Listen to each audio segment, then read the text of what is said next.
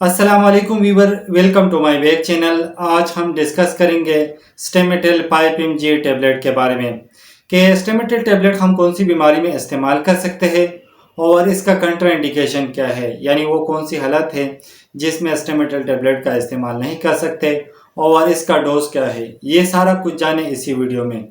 सबसे पहले बात करेंगे स्टेमेटेल टेबलेट के फार्मूले के बारे में। तो इसके अंदर प्रोक्लोरोपेरापीन प्लस माइल्ड पाया जाता है और ये सोनोफार्मा का प्रोडक्ट है और मार्केट से बआसानी मिल सकता है। अब बात करेंगे कि किन कंडीशन में स्टेमेटेल टेबलेट का इस्तेमाल किया जाता है। अगर किसी को नोजिया हो रहा हो या इसके अलावा अगर किसी को वोमिटिंग हो रहा हो तो ऐसी कंडीशन में आप स्टेमेटेल टेबलेट का इस्तेमाल कर सकते हैं। इसके अलावा अगर किसी को वर्टिगो हो, यानी अगर किसी को चक्कर आ रहा हो, तो ऐसी कंडीशन में भी आप स्टेमेटेल टेबलेट का इस्तेमाल कर सकते हैं।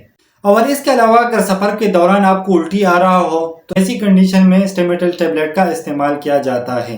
और इसके अलावा अगर आपको माइग्रेन हो, यानी आधी सर का दर्द हो और मतली जैसा महसूस हो रहा हो या उल्टी जैसा हो रहा हो, तो ऐसी कंडीशन में भी स्टेमेटेल टेबलेट का इस्तेमाल किया जाता है।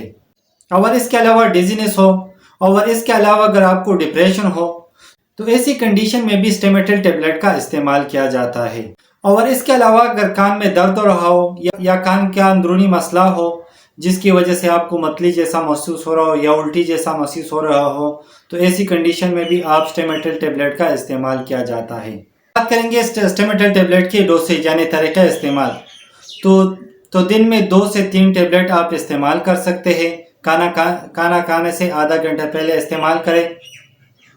अब बात करेंगे डोसेज यानी तरीका। अब बात करेंगे स्टेमेटेल टेबलेट